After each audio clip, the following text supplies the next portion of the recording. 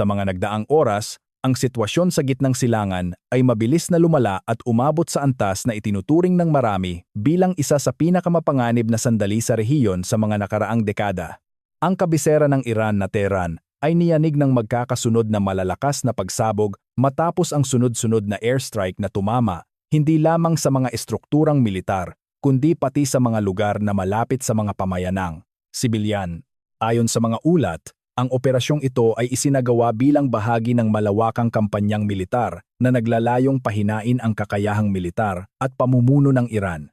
Ipinahayag ng Israel Defense Forces na kabilang sa mga pangunahing target ang mga pasilidad na ginagamit ng Islamic Revolutionary Guard Corps, pati na ang mga sentrong pang-intelihensiya at panloob na seguridad.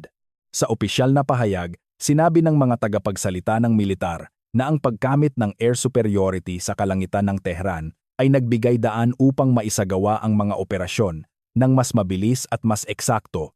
Ang pagkontrol sa himpapawid ay itinuturing na mahalagang hakbang upang ma-neutralize ang mga sistema ng depensa at hadlangan ang agarang kontraopensiba. Sa isang press briefing, inilahad ng isang mataas na opisyal ng militar ng Israel na mahigit 100 sasakyang panghimpapawid ang lumahok sa unang bugso ng pag-atake. Binigyang diin niya na malinaw ang mensaheng ipinapadala sa pamunuan ng Iran. Walang lugar ang ligtas mula sa kanilang kakayahang umabot, maging sa mga bunker o pasilidad na itinuturing na lihim. Ang pahayag na ito ay nagpapahiwatig ng layuning wasakin, hindi lamang ang pisikal na infrastruktura, kundi pati ang kumpiyansa ng pamumuno ng Iran sa kanilang kakayahang ipagtanggol ang sarili. Ayon sa militar ng Israel, isinagawa ang operasyon sa koordinasyon sa puwersa ng Estados Unidos na nagbigay ng karagdagang kakayahang operasyonal at intelihensiya.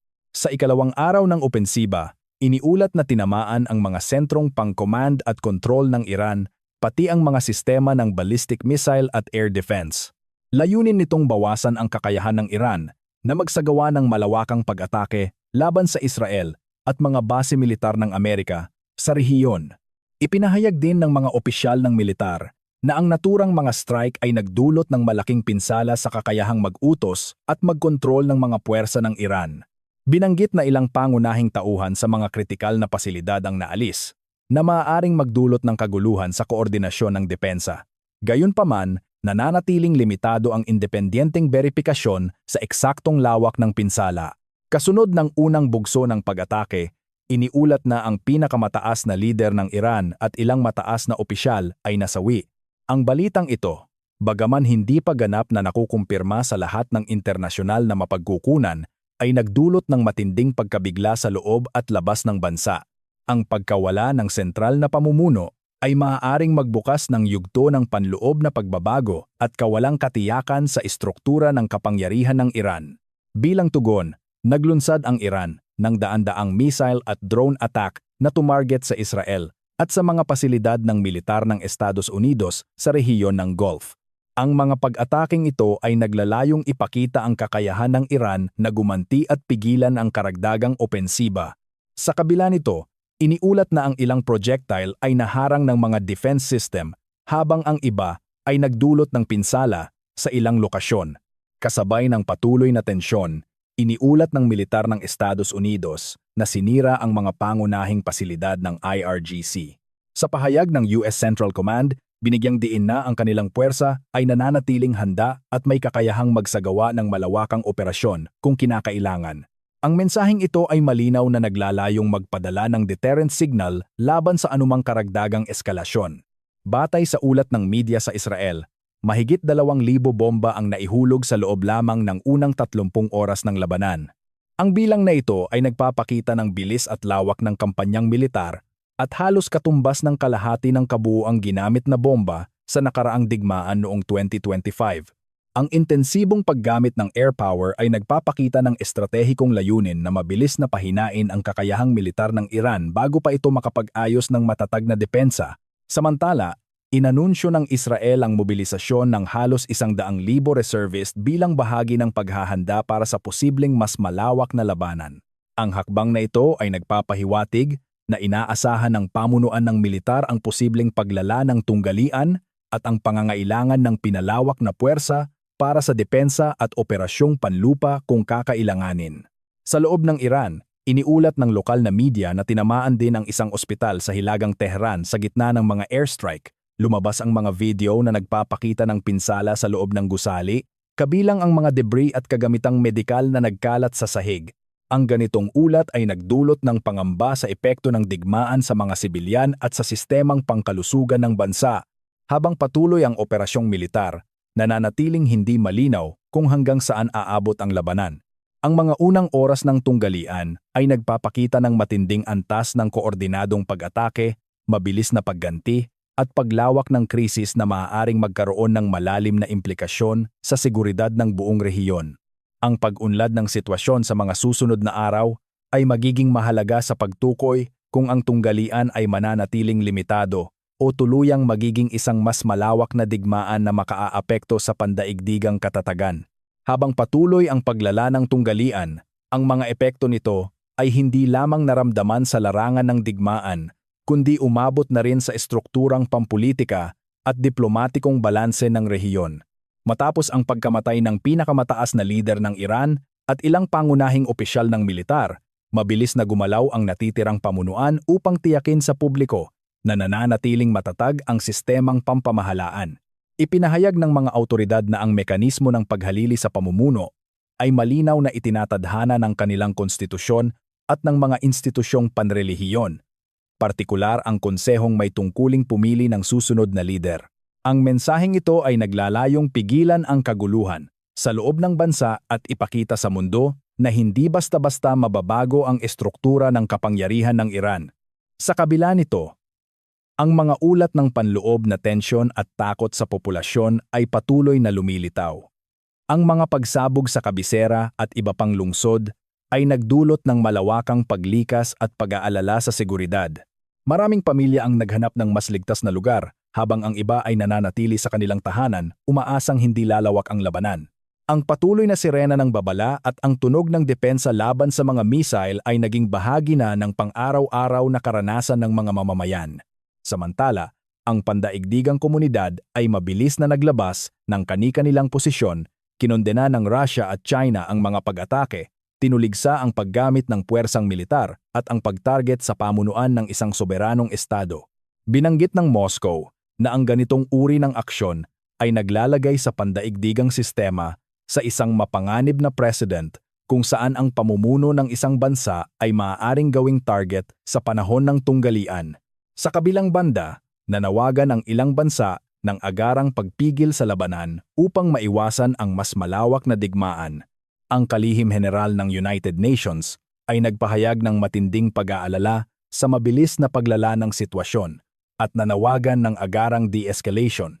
Binigyang diin niya na ang patuloy na opensibang militar ay nagdudulot ng panganib sa mga sibilyan at maaaring magpalala sa umiiral na krisis sa seguridad at ekonomiya sa buong rehiyon.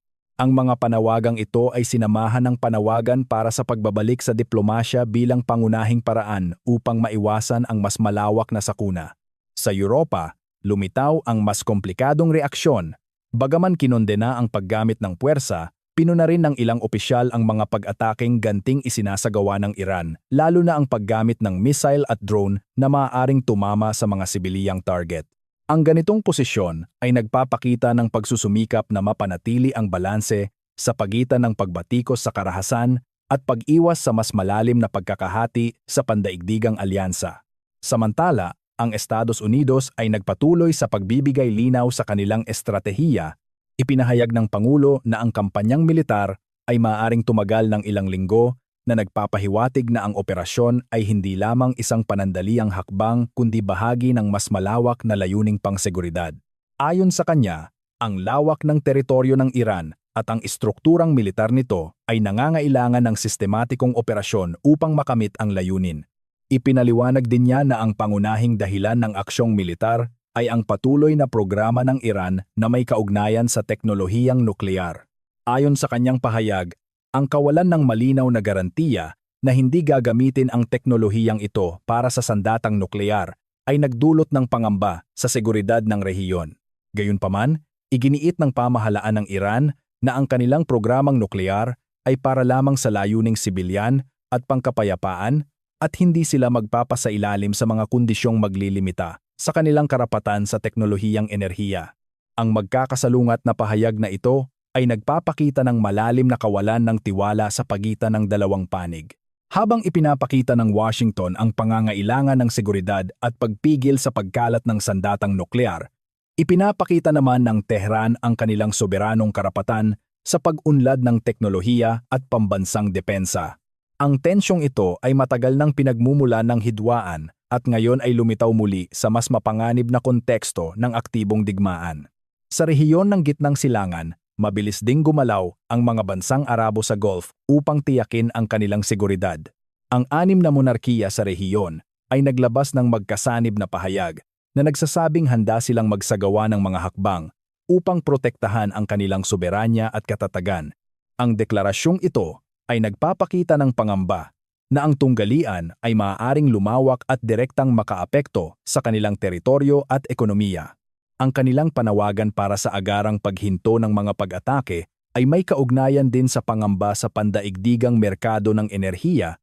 Ang rehiyon ng Gulf ay nananatiling sentro ng produksyon at transportasyon ng langis at gas. At anumang eskalasyon ay maaaring magdulot ng malaking pagtaas ng presyo at pagkaputol ng supply. Dahil dito, ang seguridad sa rehiyon ay hindi lamang isyong militar kundi usaping pang-ekonomiya na may pandaigdigang implikasyon. Sa gitna ng patuloy na opensiba at diplomasya, nananatiling hindi tiyak ang direksyon ng krisis. Ang pagguho ng tiwala, ang paglawak ng militarisasyon, at ang pagpasok ng maraming pandaigdigang aktor ay nagpapahiwatig na ang tunggalian ay maaaring magbago mula sa isang bilateral na labanan tungo sa mas komplikadong krisis na may pandaigdigang implikasyon. Ang mga susunod na hakbang ng mga pangunahing kapangyarihan at ang kakayahan ng diplomasya na makahanap ng puwang para sa negosasyon ang magtatakda kung ang sitwasyon ay bababa ang tensyon o tuluyang lalala. Habang nagpapatuloy ang tunggalian, unti-unting lumilitaw ang mas malawak na epekto nito sa pandaigdigang ekonomiya at seguridad ng enerhiya. Isa sa pinakamapanganib na pag-unlad ay ang pagtaas ng tensyon sa paligid ng Strait of Hormuz, isang makitid ngunit napakahalagang rutang pandagat kung saan dumaraan ang humigit kumulang 1/5 bahagi ng supply ng langis sa buong mundo. Sa gitna ng patuloy na pag-atake at ganting hakbang, nagbabala ang Iran na maaari nitong hadlangan ang trapiko sa rutang ito bilang bahagi ng estratehikong tugon nito sa operasyong militar laban sa bansa. Ang banta sa Strait of Hormuz ay agad nagdulot ng matinding pag-aalala sa pandaigdigang merkado ng enerhiya. Sa loob lamang ng isang araw, mahigit 200 sasakyang pandagat kabilang ang mga tanker ng langis at liquefied natural gas ang nag-angkla sa mga karatig tubig habang naghihintay ng malinaw na pagsusuri sa seguridad. Ang biglaang paghinto ng paglalayag ay naglalantad sa kahinaan ng pandaigdigang supply chain at nagpapakita kung gaano kahalaga ang katatagan sa rehiyong ito. Ilang barkong pangkalakalan ang naiulat na nasira malapit sa Gulf matapos ang sunod-sunod na aksyon militar at mga intercept operation sa himpapawid. May mga ulat ng pagsabog sa karagatan at mga sasakyang pandagat na tinamaan ng debris mula sa air defense engagements. Bagaman hindi lahat ng insidente ay nagresulta sa malawakang pinsala, sapat ang mga ito upang magdulot ng takot sa industriya ng pagpapadala at enerhiya. Naglabas ng babala ang mga awtoridad pandagat ng Estados Unidos na iwasan ang paglalayag sa Strait of Hormuz at sa Gulf of Oman dahil sa patuloy na panganib ng mga ganting pag-atake.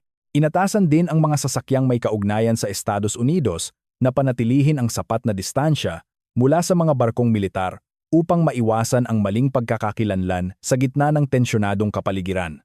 Ang ganitong mga hakbang ay nagpapakita ng mataas na antas ng panganib kung saan kahit maliit na pagkakamali ay maaaring magdulot ng mas malawak na insidente.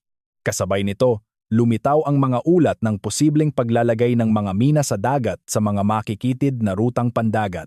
Ang ganitong taktika ay matagal nang itinuturing na epektibong paraan upang hadlangan ang trapiko sa dagat at magdulot ng pandaigdigang presyur.